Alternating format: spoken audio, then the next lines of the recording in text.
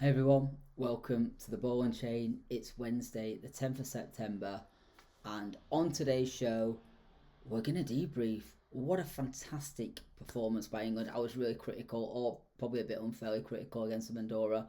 I can't be critical today. Wow, 5-0 against Serbia. Let's break that down anyway in this video. And we're also going to have a look at where we're at with the crypto market, and it's looking pretty good. Could next week be a big week? More to follow on this show. Sit back, grab a drink, and let's crack.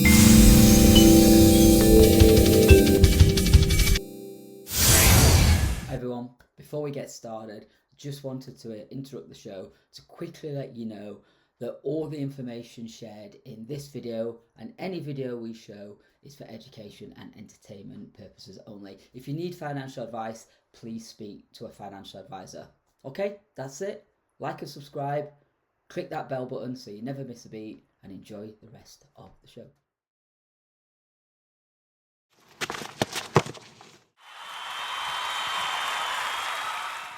Right, England set the scene away against Serbia, probably our biggest competition that we're going to get to qualify for the World Cup next year.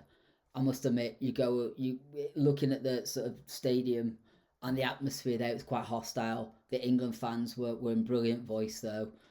It was quite a hostile atmosphere, and I went into this thinking probably under 2.5 goals, and I think everyone did. It's going to be a tight game. We might edge it, but if we get a 0-0 draw, it's not great, but that's probably enough. That's all we need. That's the minimum expectation.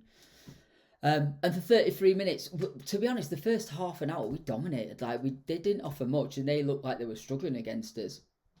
They didn't look right. They didn't look set up properly to deal with us. And then on the 33rd minute mark, yeah, I thought Declan Rice looked brilliant, popping balls in all over, shooting from everywhere. Like the guy deserved a goal, really, didn't he? And then he sets up Harry Kane, who does what Harry Kane does from the corner. Harry Kane nips in with a header, like dives in, and how he got all that space, God knows. But and it looked in slow motion when the ball went in the back of the net. But great, Kane doing what Kane does in the box. We didn't see that against Andorra. He looked up for it today. Like, he looked like he was going to get on the score sheet no matter what happened. And inevitably he did. What surprised me about the game quite a lot, though, is the players looked up for it today. Whatever happened, whether they realised they weren't hitting the mark against Andorra or Tuchel laid into them, but something felt different. They felt like wolves going for blood today. Yesterday. It looked good, but I've got to say we were made to look better because it was a poor Serbian team. But you can only beat what's in front of you and take nothing away from that England team. They were absolutely on their game. Modieke, I always get his name mixed up. It's not an easy name to pronounce. However, the Arsenal winger who moved from Chelsea for 50 million in the summer, Madueke was he looked on it. He looked dangerous every time he got the ball, and he was positive. So was Morgan Rogers, and so too was Elliot Anderson. And I think bringing Anderson in was such a good move from Tuchel. Like, he was fantastic these last two games, arguably man of the match. But I do think Rogers was very positive as well. He looks a good player. I think he outshone Eze over the last two games. Very different games, appreciated. But that assist that Rogers made for Madueke's goal, and the run and the positivity and the finish as well, was absolutely top class. Like, from back to front, that move was exactly what we should do. They moved and pressed up the field though to give the space behind, which we didn't get against Andorra. And I think it's really important to mention that when teams press on us, we have got such good counter-attacking capabilities and pace, and we showed it with that move, with that intelligence and that bravery to drive forward. And that was probably the best goal of the night, arguably. We then got it then got to half time. Gordon got a booking just before half time in the 40th minute. I thought Gordon was okay. It was all puff, but not much output from him. I don't know. Was he better than Rashford? Probably. But I still don't think he's done enough to nail that position. I think that left hand side is very much open, and maybe Saka on the right, Madueke on the left. That Arsenal combo with Rice in the pivot position could be a really dangerous opportunity for us. Then you've got Cole Palmer to come back in with Rodgers and Eze. Like, we are so spoiled with our welfare attacking burden. I think there's only really France who one could say is probably even close. Maybe not. I don't even think Germany have got what we've got, and I don't even think Spain are a good, technically talented team, but I don't think they've really got what we've got, as much talent as we've got. Like, we are spoiled. Like, this has got to be our World Cup. Like, we have got, it's up there with one of the strongest squads. Maybe not defensively, but definitely going forward. And it might have to be we score more than we concede mentality. Even though it's got to be said, putting the friendlies to one side, in competitive games, Tuchel has not conceded. England have not conceded a goal under Tuchel. Bear in mind, we haven't played. Serbia's probably been our biggest test, but still, that's the data, that's the fact, right? So going into the second half, I think it was it was a free kick, wasn't it, for Konsa's goal? Or no, I think actually it was a clearance that got pumped back in. Then Gay tried to get to it, and it fell to Konsa. His finish was absolutely tremendous. Like, that was a great finish from the left-hand side, and he smashed it into net. Fantastic finish. And I think that was his first goal for England, and great to see him get that. And then we had the incident with Milenkovic, who got sent off on the 72nd minute. That red card. So, was it a red card? Was it a booking? Arguably, he was the last man with Kane, but did Kane lose control? Kane was very smart. He got in front of his man, took the ball past him, did travel quite a way. That's another thing that was. So I thought they were quite hard done by. You know, on the balance of play, we're 3-0 up. We didn't really need any favours, and we got given a massive favour with that. But you could have gone either way, and I think if it had been a yellow card, we'd have probably felt a bit hard done by. But I don't think we'd have been crying about it. The fact that it was a red, and a straight red as well, is it's a letter of the law, I guess you could say. I think if it happened to us, I'd be feeling a little bit hard done by and a little bit aggrieved. But fair enough. Free kick comes in from Rice. Again, another tremendous delivery and a great finish from Gay. To top off that guy, what a week he's had. You know, scored in his last game against Villa, scored again today, yesterday, and continues to play well. Despite, and when he was interviewed, quite provocative interview after the game, and Gay's like, "No, I just enjoyed my football, mate." And just absolute everything he's done in the last 2 weeks has been first class, and I think he's just a quality lad and a quality player. And you've got to respect him, like really, really, really top draw. I think some debutants came on, so Spence got his debut. A big thing got made about religion. Great for the lad to get his debut. Enough said. You don't need to go on any more about that, but fantastic. And if that helps inspire more people to get into football and to live the dream, then that's a great thing. And I hope he can be inspiration to more people and bring more people into this beautiful game that's football. We had a number of substitutes. Ollie Watkins came in for Kane on 76. Madueke went off. Bowen came on. Rice came off. Henderson came on. Henderson getting picked is a strange one. Maybe he's got such an aura around the dressing room that it helps the team and he's a carving influence, but I don't think he should be anywhere near the England team. But he obviously brings something to the dressing room, and there's something to be said for that, especially in high pressure football. And maybe that's something. I know Conor Cody was referred to as somebody like that in one of the previous European Championships and World Cups, where he didn't play, but his influence and aura around the dressing room was given like kudos, and that he was classed as a vital member of the squad as a result of that. Maybe Henderson's playing that role, but I definitely don't see that on the pitch. I don't think he adds any more than a lot of players that we've got in the squad, and I suspect had we got Bellingham fit with Anderson and Rice, he should be anywhere, and Wharton, he shouldn't be anywhere near the team. Disappointed that Loftus-Cheek didn't get to come on rather than him. I think it would have been good to give him some game time, just see what he's like, stretch his legs for 10 minutes. Then we got the penalty. I think was people surprised? It was a penalty, but it was quite conspicuous. Rashford turned up. Interesting that Rashford was the decision to take it when there's Watkins and others on pitch, but Rashford clearly needed it. Like, he needs that confidence. He needs to get them goals, and hopefully for England this sets him off. I don't like the way he took the penalty, like that eyes on the prize or eyes on the keeper. It's the Ivan Toney style. Ivan Toney mastered it. He scored. Job done as a striker. Or you can ask them to put the ball in the net. He did that. Fair play. So what a fantastic result. Tuchel was quite buoyant after the interview, but not getting carried away, which I like. So to summarise, fantastic performance by England, great result, cracking 5 goals. Enough said. Like, great performance, fair play to the lads. Away from home, hostile atmosphere. You got laser pens being shining in people's eyes and all sort of nonsense and whistles going on, all sort of nonsense and shithousery happening in the background. But the lads remained professional, performed really well, kept the clean sheet, scored a bag full of goals. Like, as an England fan, I couldn't ask for any more than that. I went to bed really, really super happy. And I can't say that very often about watching England. So really, more of this, please, lads. Great performance. Let me know what you think. Did you disagree with what I'm saying? Is there any other aspects that I've missed that you think we should cover? How did you think the game went? Did you find it amazing? Did you think it was much better than the Andorra game?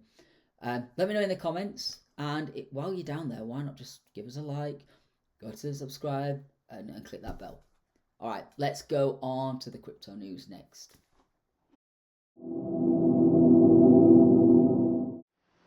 All right, let's get moving with the crypto news. Just to let you know as well that on the football side, we missed it before, but back to a full fixture list this Saturday. Woo! So, yeah, we get back to the Premiership, League One, Championship, League Two, all good, back to the good stuff.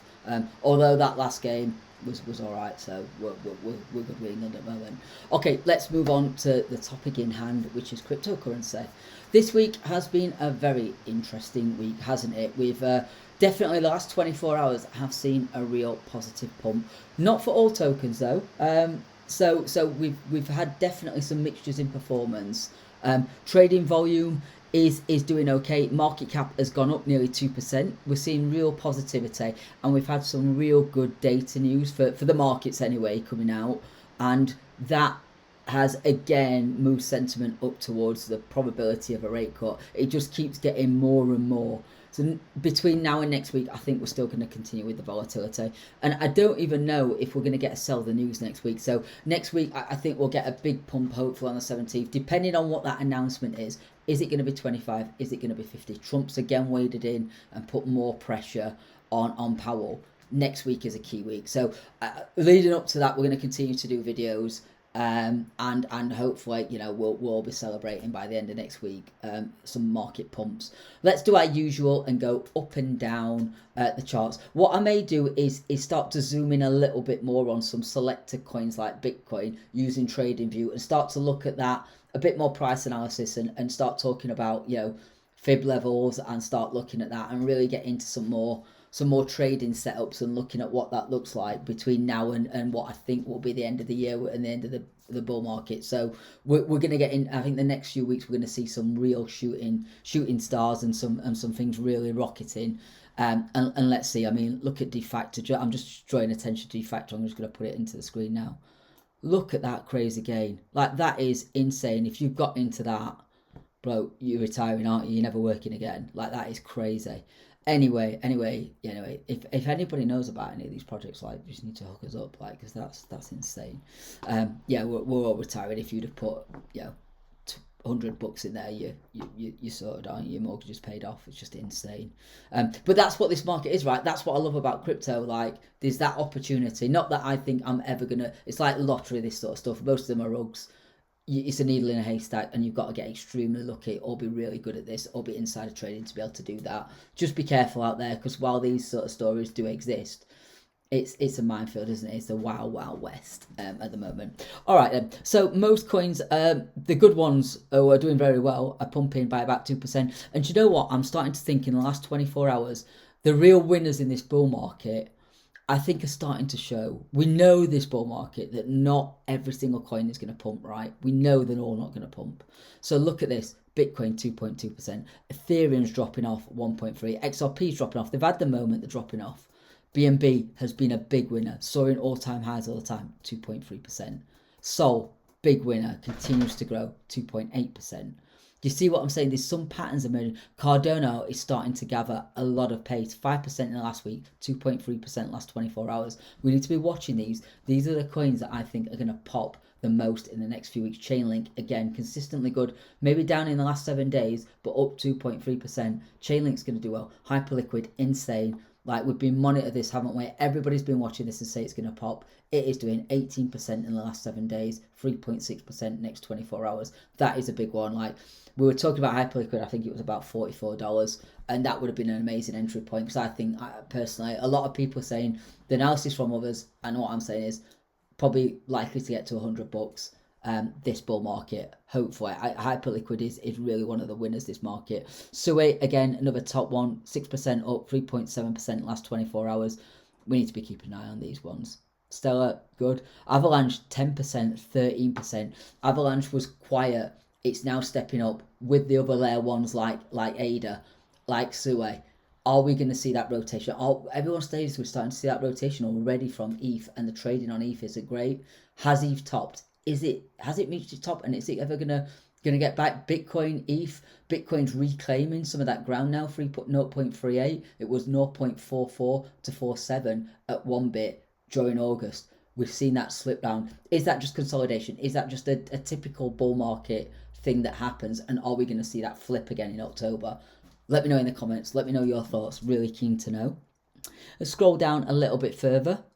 See if we've got any other plays like that. Litecoin, interesting, isn't it? That always seems to be around and doing well. That's another old school G, but it's still OG, but it's still doing well. Polkadot, we said this before. Is Polkadot finally, to many surprise, coming to life? Like 8% up 7 days, 2.9%. Again, another one of the OGs starting to show life again. Could we see Polkadot ignite and boom this bull market in the next coming weeks? Athena up 8.4%. It's had a pullback today though in the last 24 hours. Mantle's been another beast, 32% over the last 7 days, 7% last 24 hours. 14, sorry, last 24 hours. Interesting.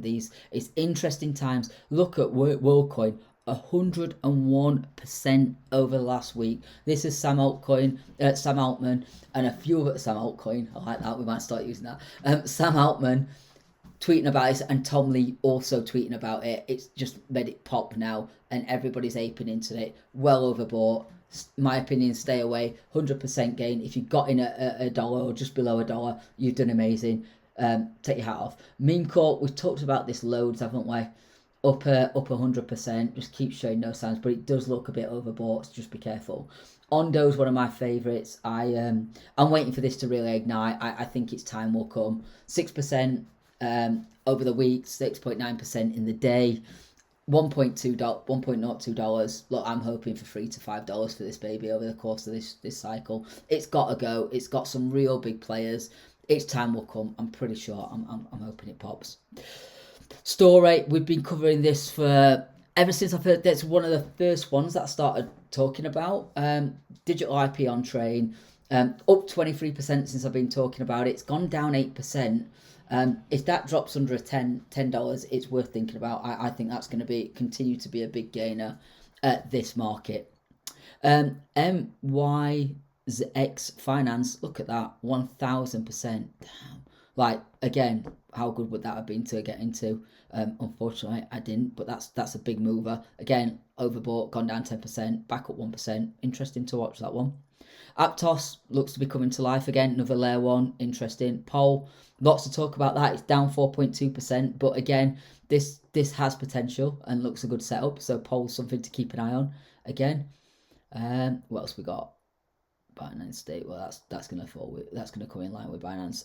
Pudgy Penguins, another one. It's a meme project, NFT project. Quite a lot associated with this. I have invested only a small amount because it's memes. Like, we're not talking anything really, but just for a bit of fun, I put like £100 in. So like, I'm not going to retire on it, but like, look at that. It's shooting up. It's got potential. 14% in last week. I'm now in the green with that. So let's see where that goes. I think that's an interesting one. Little gamble for this bull market. I think it's got potential to go. We'll see what Pengu does over the course of this week. Staked hype, well, hype's up, so that's going to go up. Also got Algorand, reasonable. I sort of scroll for any big ones. Pump Fun, we talked about this before. It just keeps smashing it, doesn't it? 43%. Again, some serious gains. So we talked about it not being alt season, but there's definitely signs of life, right?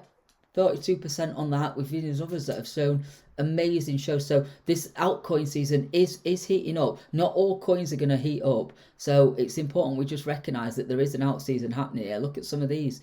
Provenance blockchain, 39%, 43% in the last 24 hours. Things are starting to pop now. Like Bonk up 13% in the last week. Trump up 4%.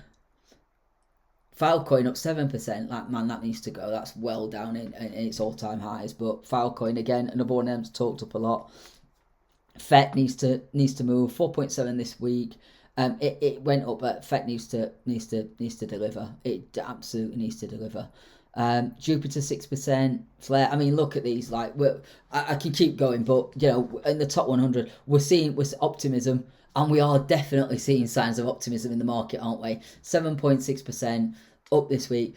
It's looking good. It's been a very, very positive week as we move into that crucial meeting next week with some real gainers. I think there's a lot of positivity to be taken from this, and we should be getting excited. This is time to get excited and start to enjoy being in crypto, because I think we are going to see things pop.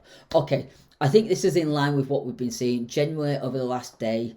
We're seeing a green trend over the last week. Look at that! Wow, 1,000%, 100%. Wow, getting in any of these, well done. Fair play to you if you've got in any of these. The hourly, we look like we're having a pullback, but that's going to happen. But nothing major, like looking at 1% from things that have made a big move as well. So we just need to keep an eye on some of these and where they're going and what's happening with them. And hopefully we can see some big movement. Fear and greed, it's neutral, which is really interesting, isn't it? I wonder what it is tomorrow after we've seen this. I suspect we'll be moving a bit more into greed. But 49, you know, I as we move into next week and as we move into September and things start to pop, I think we're going to see that shift into the green. But interesting, it's neutral. If that's neutral and we're seeing that price action happening, what's it going to be like when we move into extreme greed? Like, it is going to be insane. Like, just factor that in. We're at 49 and we're seeing some of those moves today. What's it going to be like when we get to 60, to 70, to 80, to 90? And then alt season. Well, we're closer to it. We're 65 when I reported last, was 67. We are edging closer. 75 is alt season. We are seeing some of those alts popping as we've seen before. Guys, I'm going to end the show now and keep it short and sweet. But it's a time to get excited and it's a time to enjoy crypto. Keep an eye on this. Keep monitoring it. Don't have to check it every day. Touch grass, all that stuff that people say. But like, it is time to keep an eye on your tokens. Have your exit strategy, have your profit taking strategy in mind. Dollar cost out, dollar cost in, you know what they say. Just make sure you've got that. Don't round trip this. Like, I will let you know on this channel when I'm going to start taking profits, when I think we're popping, because the window between all-time highs and the bear market and the market coming and going is a very short. Like, for alts it's days, for Bitcoin it's weeks. So like, you're never going to time the top. But nobody ever went broke taking profits. So please take profits. Don't round trip this. But just let's keep an eye together on this. All right. That's it for today. I'll probably record another one either later this week or at the weekend as we get more data points coming out. But have a great rest of your week. Thanks so much for watching the show. Please remember, if you did like it, drop us a like. It really helps us get exposure. If you could also subscribe to the channel and click that bell icon so you don't miss a beat and when we next upload a video. Right then, guys, have a great one. Enjoy the rest of the week. Chill out, enjoy, and I'll catch you later. Cheers.